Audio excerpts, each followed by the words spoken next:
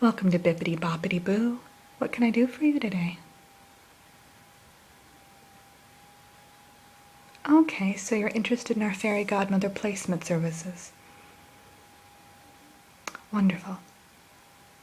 Have you had an appointment here at Bippity Boppity Boo Enterprises before? You have, okay. And what was the service regarding? Fairy tale creation consultation. Okay, that's wonderful.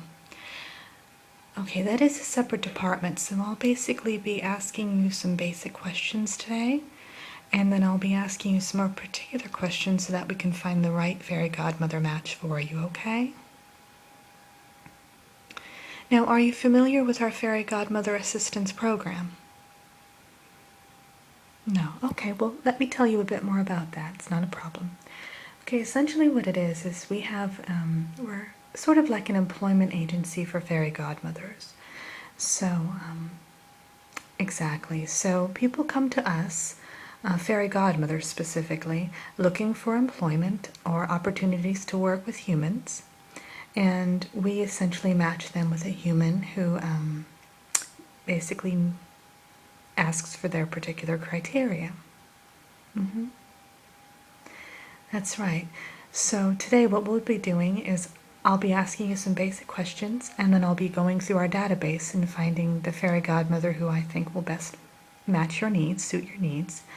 And then what we'll do is we'll arrange for her to have a brief interview with you to make sure there is a good fit there. And then, yeah, exactly. You'll have a fairy godmother. Mm-hmm. Yes. Well, the service is free of charge. Just not very many people know about us, so that's probably, yeah. We do ask you to sign a non-disclosure agreement. It's confidentiality, so you'll have to sign one of those before you leave today. Yeah, we ask that you don't kind of spread the word about it. We like to keep it kind of an exclusive thing, so yeah. Okay? Great. Okay, and can I get your first and last name, please? Okay, wonderful. Pen went out on me, sorry. Okay, yeah, you think us being a magical agency I could have some working pens here, but I guess that's not in the cards for me. Okay, so can I get your address? Okay. Wonderful. And your home telephone number, please?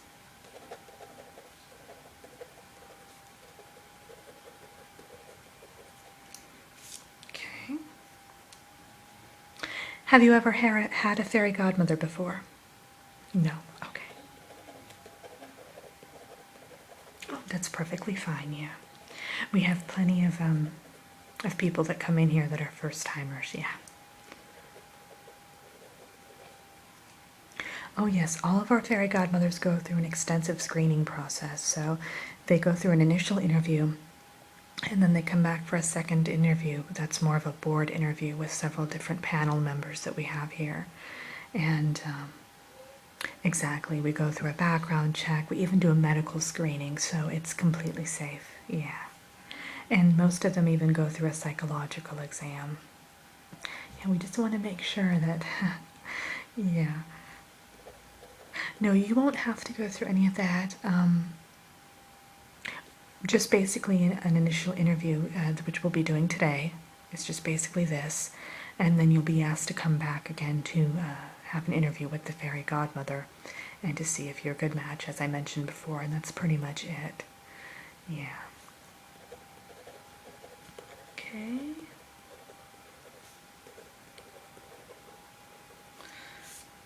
Great. Okay.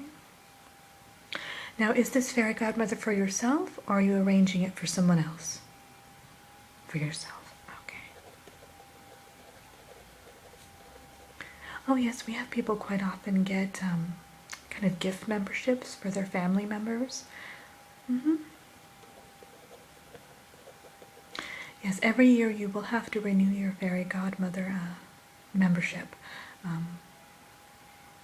Exactly, in order to keep your fairy godmother employed under your service.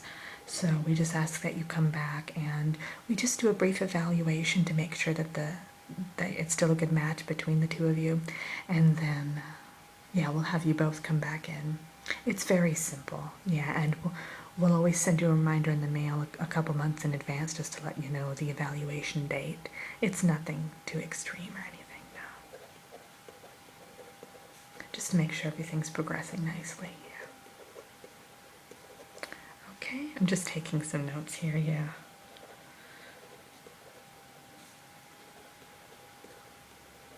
Yeah, I have to fill out some basic paperwork as we're talking today just to kind of get the ball rolling exactly, yeah. Okay, so I have all that information down. I had to put it on 2 different forms. I like to do everything by hand rather than computer. I just find it's more personal that way. Okay, so I have a couple questions regarding the fairy godmother herself, okay? Is that all right? All right, so basically, would you prefer a live-in fairy godmother or an on-call fairy godmother?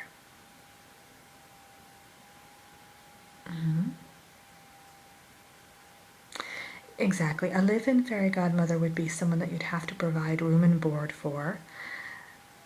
Yeah, there is no fee for this, but you will have to pay for some expenses for the fairy godmother herself if you do a live-in, but she will always be at your there for your assistance and constant guidance. An on-call fairy godmother is someone who would just be there when you absolutely need her and to provide you assistance or any magical needs that you might need fulfilled. You'd like a live-in. Okay, that's great. That's what most of our clients prefer, actually, yeah.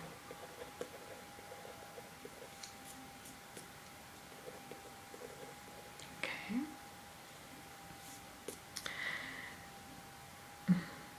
Now, do you have any preference as to whether you'd like a male or a female fairy godmother? Or godfather, I guess.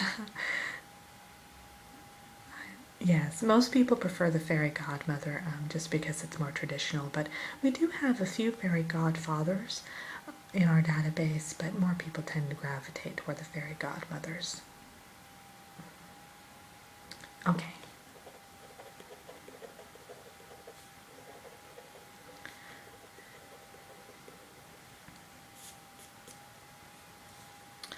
All right, now. Now, can you briefly just tell me what brought you in today? How did you hear about us firstly? And then what kind of magical needs or guidance are you kind of looking for in the fairy godmother? All right. A friend referred you, okay. Yeah, we allow you to kind of invite one particular friend that's mentioned in the confidentiality agreement, so you must be quite a special friend for them because, yeah, you're only given one opportunity to tell someone about us, so given one referral. Okay. And what brought you in today? Okay.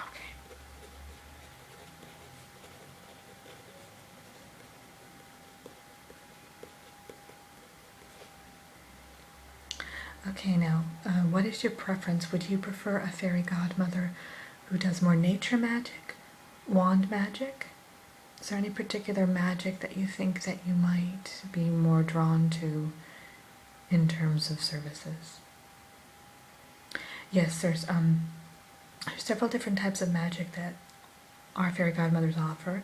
There's more of a wand magic, which is your traditional wand, what you might see in Cinderella, for instance.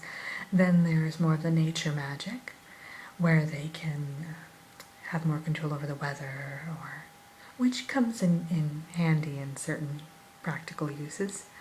And then there's more the potion magic, where they'll be able to make you certain potions that achieve desired effects. Yes, and then we also have fairy godmothers who dabble in a little bit of everything.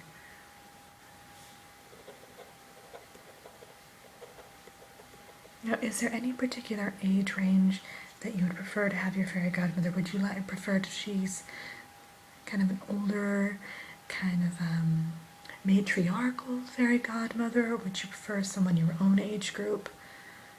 Yeah, we just ask. Some people like to kind of have more of a camaraderie with their fairy godmothers as if they're kind of more a peer. And then other people like to have it more of a motherly guidance kind of thing. So, which do you think you? No preference? Okay.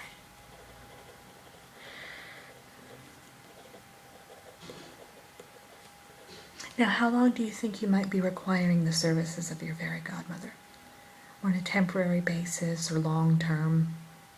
All right, long term. That's what I thought. I just like to check. Some people just prefer them to have them around for a short period of time, so I always like to check.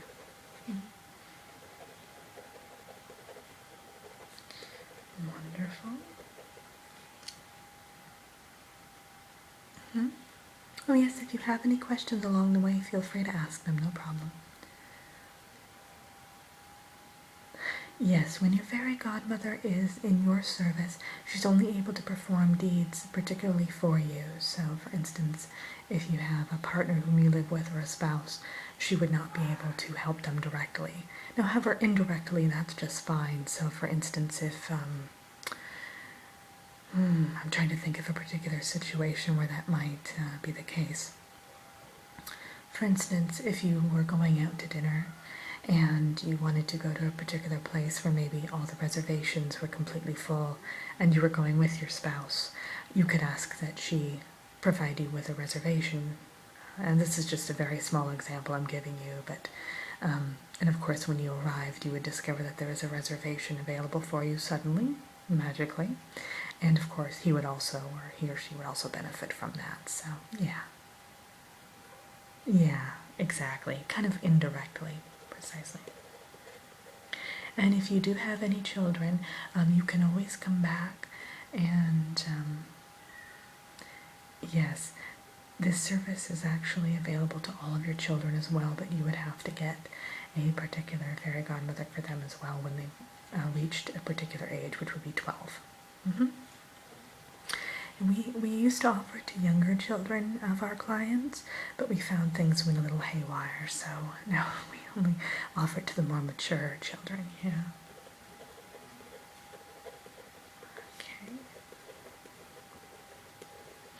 And would you prefer a fairy godmother who has pets or doesn't have? Because I know you said you wanted a live-in, so does it matter if they have? Well, quite a few of them have cats, but we always like to make sure because people do have pet allergies, so we would of course match you with a fairy godmother who doesn't have any domesticated animals.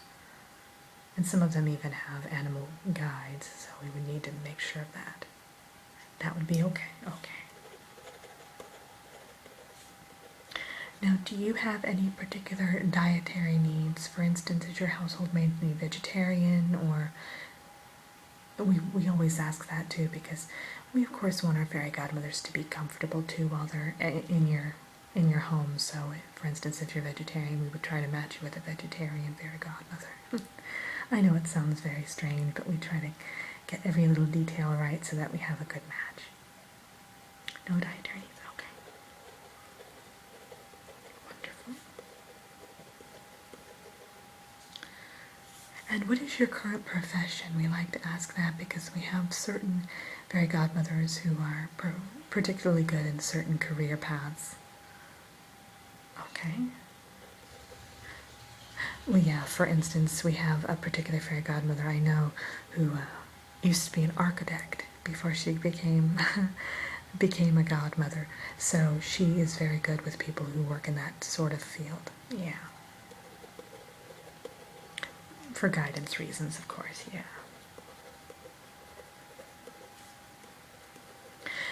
Have any of your relatives ever had fairy godmothers that you know of? Okay.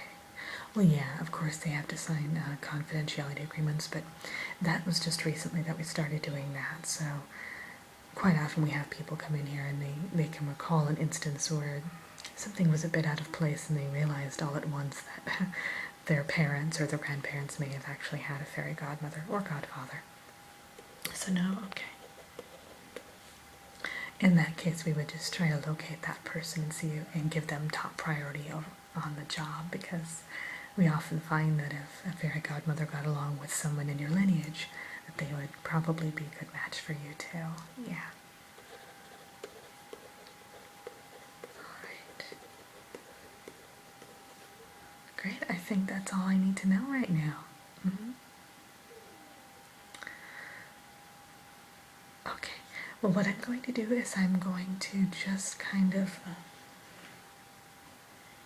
I'm going to take this information basically. I think I might already know the person who might be a great match for you. I actually just spoke with her last week.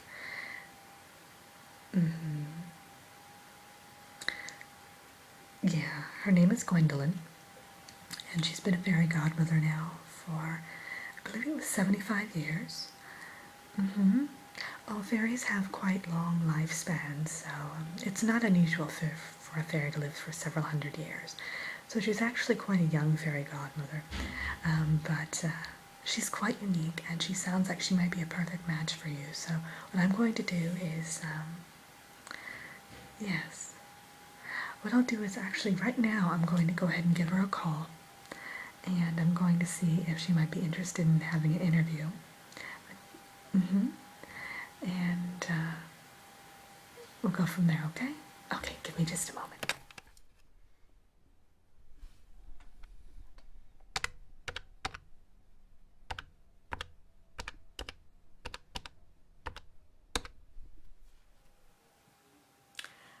Hi, Gwendolyn. It's Elizabeth over here at Bippity Boppity Boo Enterprises. How are you? Oh, great. Okay, good to hear it. Well, I have a client sitting here with me now, and I think you might be a perfect match. So I was wondering if you might like to come in next week for an interview with them. Great. Okay. Okay, hold on just a moment. Does any day in particular work better for you? No? Okay. No, any day works great for them, so just let me know what day works best for you. Okay, I'll put it down. Wonderful. Okay, well, I'll see you then, Gwendolyn. Looking forward to it. Bye. Okay, well, it sounds great. So you'll have an interview with her next week, and we can make sure that you're a good mesh together, and then we'll go from there. Okay, today I'm just going to have you sign, trying to get a pen working again. I'm going to have you sign right there. It's a confidentiality agreement. Just read over it briefly for me. Thank you, and sign there, please. Wonderful. Yeah, so just, this basically states that you're going to refrain from telling anyone. You can refer that one friend that I told you about, but it's a one-time only offer. You cannot refer any more than one person. Well, yeah, you can refer a loved one, a family member, whatever you prefer, definitely. Okay, fantastic. Well, it was wonderful meeting you. I'll send you home with this welcome packet here, and I'll be seeing you next week. Great. Well, you take care.